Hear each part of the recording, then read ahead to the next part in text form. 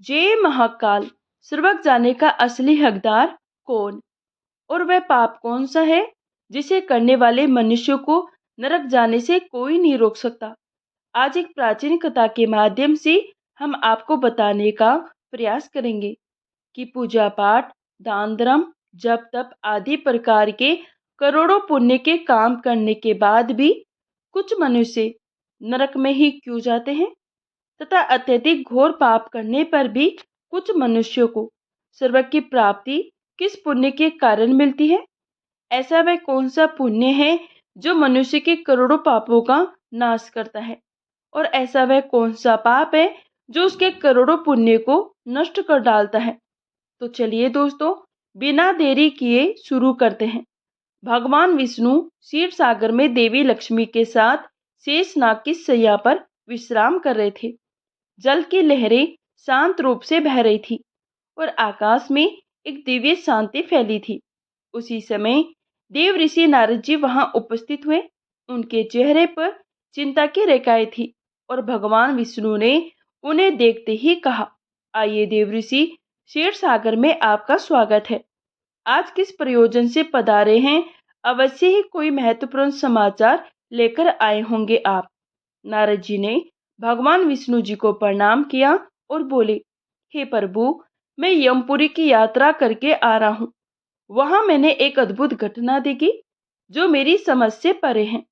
मैंने देखा कि कुछ पुण्य आत्माएं नरक में जा रही थी, जबकि कुछ पापी स्वर्ग में।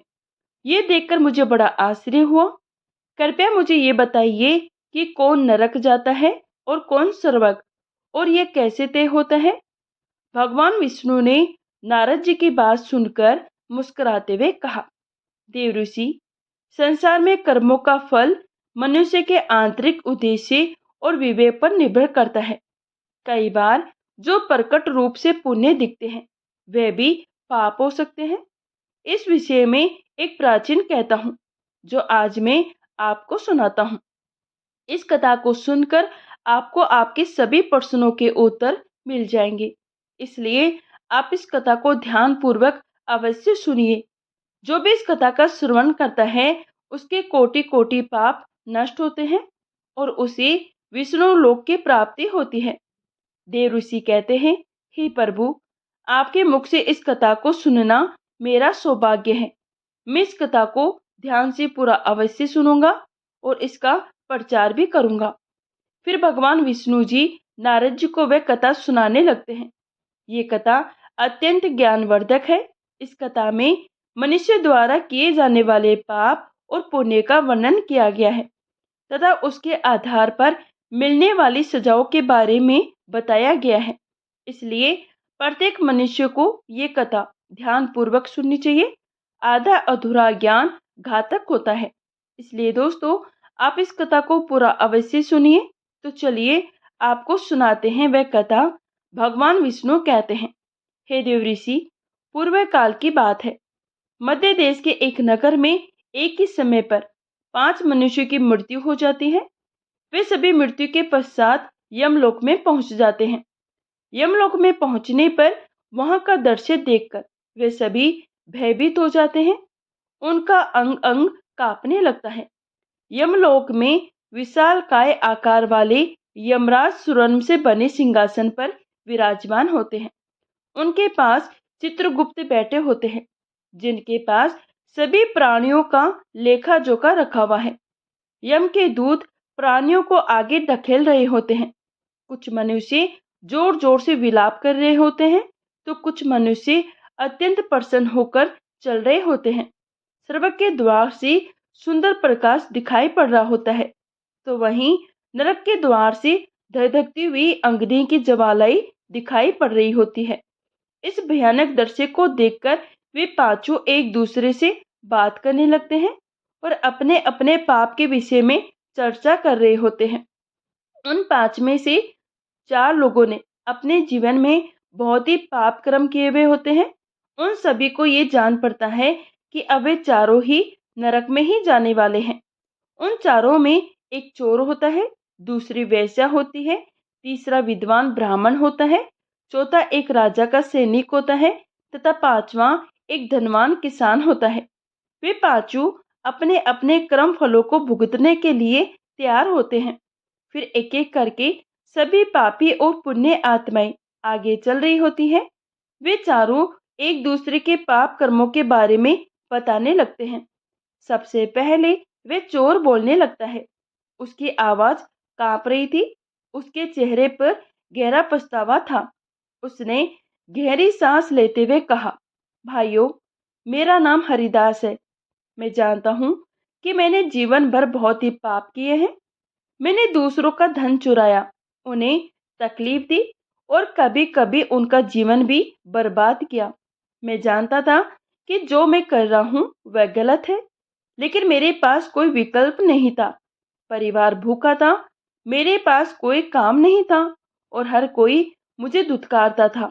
मैंने चोरी से जो धन पाया, उससे मैंने अपने परिवार का पेट भरा, पर अब मुझे इस बात का पछतावा है। मैंने कितने लोगों को दुख पहुंचाया है। अब यमराज मुझे दंड देंगे। मुझे डर है कि मुझे नरक की यात्राएं झेलनी पड़ेगी। ये कहते हुए हरिदास की आंखों से आंसू बहने लगे। उसकी आवाज थरथराने लगी और उसका चेहरा अपराध बोध से भर गया। इसके बाद कमलिनी, जो एक वेश्या थी, अपनी व्यथा व्यक्त करने लगी। उसकी आवाज में भी दर्द और गलानी थी। उसने गहरी उदासी के साथ कहा, मेरा नाम कमलिनी है। मैं जानती हूँ कि शास्त्रों के अनुसार जो स्त्री कई पुरुषों से संबंध बनाती है, उसे नरक में भेजा जाता है। लेकिन मैंने ये सब जानबूझकर नहीं किया। जब मैं छोटी थी, एक दुष्ट व्यक्ति ने मुझे जबरदस्ती उठाकर वेश्या बना दिया। मेरी इच्छा नहीं थी कि मैं ये जीवन जीऊं। मैं चाहती थी कि मैं किसी सम्मानजनक जीवन में होती, लेकिन मेरे पास कोई रास्ता नहीं था। मैं ना चाहते हुए भी वे सब सहा जो मेरे साथ हुआ। अब मुझे नहीं पता कि मेरे इन पापों का क्या होगा। मुझे ये भी नहीं पता कि अगले जन्म में मुझे किस रूप में जन्म लेना पड़ेगा। मैं नरक में जाने के लिए तैयार हूँ, क्योंकि मैंने जो कुछ किया उसकी कोई माफी नहीं हो सकती। कमलिनी की आंखों से आंसू बहने लगे। उसकी आत्मा में गहरा दर्द था, मानो वे अपने पूरे जीवन का भार अपने कंधों पर महसूस कर रही हो। उसकी आंखों में वे पीड़ा झलक रही थी, जिसे उसने सालों तक छुपाए रखा था। फिर सूर्य केतु, जो राजा का सैनिक था, उसने बोलना शुरू किया। उसकी आवाज भारी और उदास थी, मानो उसे अपने जीवन के पापों का एहसास हो रहा हो। उसने दुख भरे स्वर में कहा, भाई, मेरा नाम सूर्य केतु है। हम चारों में सबसे बड़ा पापी तो मैं ही हूँ।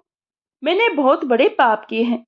मैं राजा का सिपाही था, इसलिए मैं लोगों पर जोर जबरदस्ती करता था। मैंने कितनों के प्राण लिए हैं। न जाने कितने मासूम लोगों को सताया है। न जाने कितने निर्दोष लोगों को मेरे हाथ से दंड मिला है। यमराज मुझे कभी क्षमा नहीं करेंगे और मैं निश्चित ही नरक में ही जाऊंगा। लेकिन मैंने ये सभी पाप जानबूझकर नहीं किए हैं। अपने प्राणों के भय से और परिवार के पालन पोषण के लिए मुझे ये पाप करने पड़े। हमारा राजा जो कहता था, उसका पालन हमें करना पड़ता था। राजा के विरुद्ध भला कोई साधारण मनुष्य कैसे जा सकता है? ये सभी पाप करते हुए मुझे अत्यंत दुख भी होता था और मैं जानता था ये पाप करने से मुझे नरक की प्राप्ति ही होगी। किंतु परिवार के मोहवश होकर मैंने ये पाप किया है। लेकिन पाप तो पाप होता है। पाप करके पश्चाताप करने का क्या फायदा? इसलिए मेरा नरक में जाना तो तय है। उसके बाद वे जो विद्वान पंडित बोलता है, भाई, हम चारों में सबसे बड़ा पापी तो मैं हूँ। तुम लोगों ने जो पाप किए हैं वे अनजाने में किए हैं, या किसी ने तुमसे जबरदस्ती करवाए हैं, या मजबूरी में किए हैं। किंतु मैं तो विद्वान था। मैं सब सत्य असत्य जानता था। मुझे सच और झूठ का ज्ञान था। लेकिन फिर भी मैंने धन के लोभ बस ये पाप किए हैं। शास्त्र कहते हैं, जो सब कुछ जानकर भी पाप करता है वह निश्चित ही नरक में गिरता है।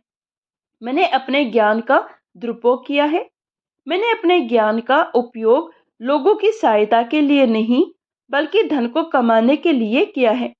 मेरे घर की परिस्थिति अत्यंत गरीब थी। मेरे पिता भिक्षा मांगकर गुजारा करते थे, लेकिन मैंने अपने घर की गरीबी को दूर करने के लिए धन लेकर ज्ञान देने की चेष्टा की। शास्त्र कहते हैं, जो विद्वान ब्राह्मण अपने ज्ञान का दुरुपयोग करता है, उसे निश्चित ही नरक में जाना पड़ता है। मैंने लोगों को ज्ञान देने के बदले में उनसे धन लिया है, कभी किसी को मुफ्त में ज्ञान नहीं दिया। इसलिए आप चारों में सबसे बड़ा पापी तो मैं ही हूँ और मुझे ही नरक में जाना पड़ेगा। वासपति के चेहरे पर पश्चाताप की गहरी लकीरें साफ दिखाई दे रही थी। उसकी आंखों में आंसू थे, उसका सिर शर्म से झुका हुआ था। वे अपने आत्मा के बोझ से टूट चुका था। इन चारों की बातें सुनकर महिपाल, जो एक घमंडी किसान था, हंसने लगा। उसके चेहरे पर घमंड और अहंकार साफ दिख रहा था।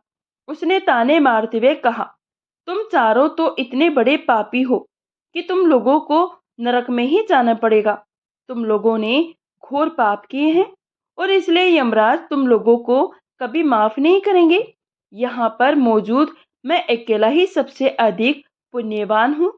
मैंने अपने जीवन में बहुत ही पूजा पाठ किया है, ब्राह्मणों को दान दक्षिणा दी है।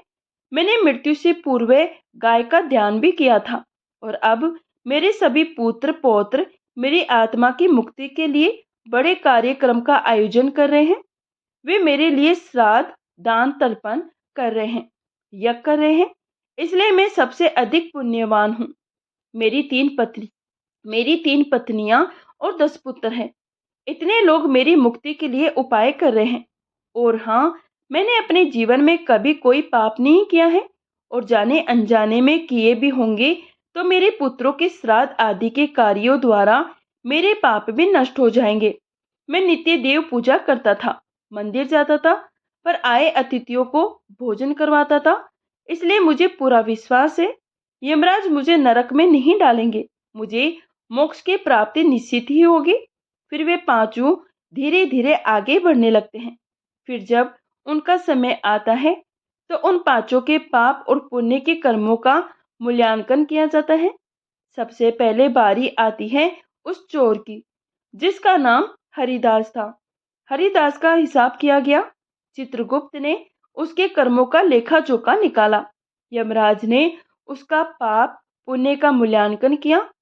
कुछ समय तक विचार करने के बाद यमराज ने निर्णय लिया कि हरिदास को स्वर्ग का मार्ग प्राप्त होगा। ये सुनकर हरिदास आश्चर्यचकित हो गया। उसकी आंखों में विश्वास नहीं हो रहा था कि उसे स्वर्ग में स्थान मिलेगा। वे प्रसन्नता से स्वर्ग के द्वार की ओर बढ़ गया। इसके बाद कमलिनी की बारी आई। चित्रगुप्त ने उसके कर्मों का लेखा जोखा निकाला और यमराज ने उसके पाप पुण्य का मूल्यांकन किया। कुछ देर तक विचार करने के बाद उसके पाप पुण्य का मूल्यांकन करके यमराज उसे भी स्वर्ग में जाने के लिए कहते हैं। ये सुनकर कमलिनी की आंखों में आंसू आ गए। उसे यकीन नहीं हो रहा था कि उसकी इतनी बड़ी गलती के बाद भी उसे स्वर्ग में स्थान मिलेगा। वे आभार से भरी हुई बिना कुछ कहे स्वर्ग के द्वार की ओर चल पड़ी। फिर तीसरी बारी आती है उस सिपाही की, जिसका नाम सूर्य केतु था। चित्रगुप्त ने उसके भी कर्मों का हिसाब किया और यमराज ने उसका पाप पुण्य का मूल्यांकन किया। कुछ देर विचार करने के बाद यमराज ने उसे भी स्वर्ग में भेजने का आदेश दिया। सूर्य केतु के चेहरे पर एक मिश्रित भाव था, पछतावा और प्रसन्नता। उसने अपने जीवन में किए गए पापों का दुख महसूस किया, परंतु वह भी प्रसन्नता के साथ स्वर्ग की ओर चल पड़ा।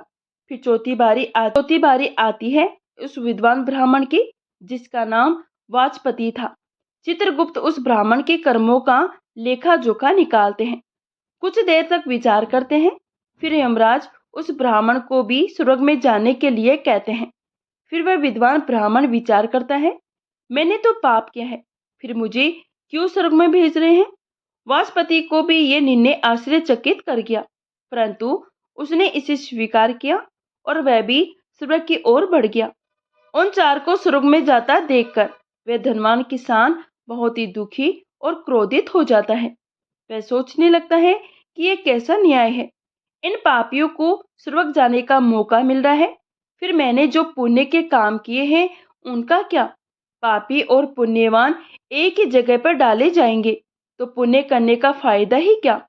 फिर उस धनवान किसान को यम के दूत जोर से ढकेल देते हैं और कहते हैं, अरे पापी, तू आगे चल, तुझे नरक में डाला जाएगा। यमराज तुझे माफ नहीं करेंगे। ये सुनकर वह धनवान किसान भयभीत हो जाता है और कहने लगता है, मैं तो स्वर्ग में जाऊंगा, मैंने कोई पाप नहीं किया। फिर वह धनवान किसान यमराज के सामने आकर खड़ा हो जाता है। चित्रगुप्त उसके कर्मों का लेखा जोखा देखते हैं, उसके पाप पुण्य के कर्मों का मूल्यांकन करते हैं, तो उसके पाप का पलड़ा भारी हो जाता है और यमराज उस धनवान किसान को कहते हैं, अरे दुष्ट, तूने तो बहुत ही बड़ा अपराध किया है, तू तो नरक में जाने के ही योग्य है। इतना सुनते ही वे किसान थरथर कांपने लगता है और यमराज से कहता है, हे धर्मराज, ये अन्याय है। मैंने तो जीवन में कोई पाप किए ही नहीं और पुण्य ही किए हैं। आप मुझे नरक में क्यों डाल रहे हैं? और मुझसे पहले जो 4 लोग गए थे, वे तो घोर पापी थे। उन्होंने बड़े बड़े पाप और अपराध किए हैं, उन्हें तो आपने स्वर्ग में डाल दिया। आप ऐसा अन्याय मेरे साथ क्यों कर रहे हैं? अगर ऐसा अन्याय होगा तो भले कौन सा मनुष्य धरती पर पुण्य करेगा? फिर यमराज जी कहते हैं, अरे पापी, तूने जो पाप किया है वे तो उन चारों के पापों के सामने कुछ भी नहीं है। तेरे एक पाप के कारण तेरा सारा पुण्य फल नष्ट हो गया है। यदि तूने ये पाप नहीं किया होता तो तू स्वर्ग में जा सकता था, लेकिन तूने ये पाप जानबूझकर किया है, इसलिए तुझे नरक में अवश्य जाना पड़ेगा। धर्मराज ने कहा, हरिदास ने अपने जीवन में चोरी की थी, परंतु उसने कभी किसी गरीब का या निर्दोष व्यक्ति के घर चोरी नहीं की। वे केवल उन लोगों के घर में चोरी करता था जो अमीर और अहंकारी थे। उसने अपने द्वारा चुराए गए धन का अधिकांश हिस्सा गरीबों और भूखों को भोजन कराने में खर्च किया करता था। हरिदास का हृदय दयालु था। उसने अपने जीवन में कई भूखों को अन्न और पानी दिया है। उसके ये पुण्य उसके पापों से बड़े थे, इसलिए उसे स्वर्ग का मार्ग प्राप्त हुआ। ये सुनकर महिपाल ने सिर झुकाया। उसकी आंखों में पछतावा दिखने लगा, लेकिन यमराज ने उसे अधिक समय दिए बिना आगे कहा, हे दुष्ट, वे कमलिनी वेश्या थी, परंतु उसने ये पाप जानबूझकर नहीं किया था। उसे जबरदन वेश्यावृत्ति में धकेला गया था, लेकिन उसने अपने जीवन के अन्य समय में पशु पक्षियों और बेसहारा जानवरों की सेवा की। उसने हर रोज पक्षियों को दाना डाला और घायल जानवरों की देखभाल की। उसकी आत्मा में करुणा थी और उसके ये पुण्य उसके जीवन के पापों से अधिक थे, इसलिए उसे भी स्वर्ग में स्थान मिला। फिर यमराज ने कहा, उस सिपाही सूर्य केतु ने अपने जीवन में अनगिनत लोगों के प्राण लिए हैं, परंतु वे अपने राजा के आदेशों का पालन कर रहा था। उसने कई बार अपनी आत्मा को ये समझाने की कोशिश की कि जो वह कर रहा है वह गलत है, लेकिन अपने परिवार की सुरक्षा और पेट पालने के लिए उसने ये काम किया। परंतु इसके बावजूद उसने कई बेसहारा लोगों की सहायता की। उसने कई बार गरीबों को भोजन करवाया और अपने पापों का पश्चाताप भी किया, इसलिए उसके पुण्य उसके पापों से अधिक निकले। उसे भी स्वर्ग प्राप्त हुआ। महिपाल अब और भी अधिक शर्मिंदा हो गया। उसकी आंखों में पश्चाताप के आंसू थे, लेकिन यमराज ने उसे अपने अंतिम निर्णय के लिए तैयार किया। यमराज ने कहा, उस ब्राह्मण वाजपति ने अपने ज्ञान का दुरुपयोग किया था। उसने धन के लोभ में आकर अपने शास्त्रों के ज्ञान का व्यापार किया, परंतु उसने अपने जीवन में कभी किसी को मुसीबत में नहीं छोड़ा। उसने निर्धनों की सहायता की, गौ सेवा की और अपनी विद्या के माध्यम से कई लोगों का उद्धार किया। उसके ये पुण्य उसके पापों से बड़े थे, इसलिए उसे भी स्वर्ग का मार्ग प्राप्त हुआ है। इतना सुनकर वह धनवान किसान बोलता है, हे धर्मराज, इन चारों ने जो भी पुण्य किए वे तो मैंने भी किए हैं, बल्कि उनसे ज्यादा किए हैं। फिर भी मैंने ऐसा कौन सा पाप किया है जो मुझे नरक में भेजा जा रहा है? यमराज जी कहते हैं, हे दुष्ट, याद कर, तूने उस अबला विधवा नारी पर गलत लांछन लगाया था। उसने तेरे घर पर चोरी की है और इसके साथ ही तूने उसके ऊपर कई अन्य गलत लांछन लगाए थे।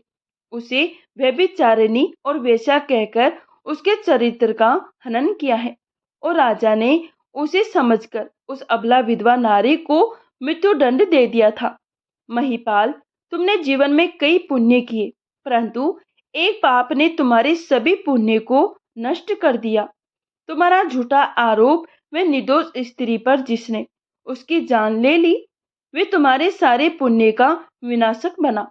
मनुष्य के पुण्य और पाप दोनों ही उसके कर्मों का फल होते हैं, लेकिन दूसरों पर झूठे आरोप लगाने का पाप सबसे बड़ा होता है। इसका प्रायश्चित नहीं हो सकता, इसलिए तुम्हें नरक जाना ही होगा। महिपाल अब भयभीत हो गया। उसने कांपते हुए कहा, परंतु मैंने ऐसा जानबूझकर नहीं किया। मुझे नहीं पता था कि मेरे इस आरोप से उसकी मृत्यु हो जाएगी। मैं केवल अपने धन की रक्षा कर रहा था। यमराज जी कहते हैं, हे पापी, मनुष्य भ्रम हत्या, चोरी, मदिरापान आदि प्रकार के घोर पापों से भी प्रायश्चित करके मुक्त हो सकता है, किंतु दूसरों पर गलत लांछन लगाने पर कोई प्रायश्चित नहीं है। जो दूसरों पर गलत आरोप करता है, सत्य जानकर भी दूसरों को झूठ कहकर उसके ऊपर दोष डालता है, वह तो सबसे बड़ा पापी है। उसके द्वारा किए गए सभी पुण्य नष्ट हो जाते हैं। इसलिए तूने जितने भी पुण्य किए हैं, वे सभी उस एक पाप के कारण नष्ट हो गए। महिपाल की आंखों से आंसू बहने लगे। उसकी आवाज कांप रही थी जब उसने कहा, हे धर्मराज, मैंने अपने जीवन में अनेकों दान किए हैं, देवताओं की पूजा की है, ब्राह्मणों की सेवा की, परंतु ये एक पाप जिसे मैंने सोचा भी नहीं था इतना बड़ा होगा, मेरे सारे पुण्य नष्ट कर देगा। क्या कोई प्रायश्चित नहीं है जिससे मैं इस पाप से मुक्त हो सकूं? यमराज ने उसे कठोरता से देखा और कहा, नहीं महिपाल, तुमने अपने जीवन में उस निर्दोष स्त्री पर जो आरोप लगाए थे, उनका परिणाम यह है कि तुम्हारे पुण्य सभी नष्ट हो गए हैं। अब तुम्हें नरक की यातना को सामना करना पड़ेगा। फिर यमराज यमदूतों को कहकर उस पापी किसान को नरक ले जाने के लिए कहते हैं। महिपाल यमराज के इस कठोर निर्णय से टूट चुका था। वे रोता बिलखता हुआ यमदूतों द्वारा नरक की ओर ले जाया जाने लगा। उसके मन में केवल पछतावा और गलानी थी। हे देवऋषि, इस प्रकार से उन चारों ने पाप करके भी उन्हें स्वर्ग की प्राप्ति हुई, किंतु उस किसान ने जघन्य अपराध किया। किसी अबला स्त्री पर गलत लांछन करके उसका चरित्र हनन किया है। एक स्त्री सदा ही पूजनीय है। जो भी पुरुष स्त्री पर गलत आरोप करता है, उसे महापाप लगता है। कभी किसी स्त्री की दुर्लभता का फायदा नहीं उठाना चाहिए। पराई स्त्री को सदैव ही माता समझना चाहिए। जो पराई स्त्रियों पर गलत दृष्टि डालता है, उसे पापी लगता है। जो विधवा दुखिया स्त्री को सताता है, उसे नरक में जाना पड़ता है। मनुष्य को कभी सत्य का मार्ग नहीं छोड़ना चाहिए। सत्य के मार्ग पर चलकर ही स्वर्ग की प्राप्ति होती है। असत्य का साथ देने से मनुष्य के सभी पुण्य भी नष्ट हो जाते हैं। तो दोस्तों, कभी किसी पर गलत आरोप नहीं लगाना चाहिए। सत्य जानकर भी असत्य का साथ नहीं देना चाहिए। जो दूसरों पर गलत आरोप डालता है, उसे यमराज कभी भी क्षमा नहीं करते हैं। उम्मीद है आपको ये कथा पसंद आई होगी। वीडियो को लाइक जरूर करें। कमेंट बॉक्स में जय श्री कृष्णा अवश्य लिखें। साथ ही चैनल को सब्सक्राइब करें। आप सभी का दिल से धन्यवाद। राधे राधे। जय श्री कृष्णा।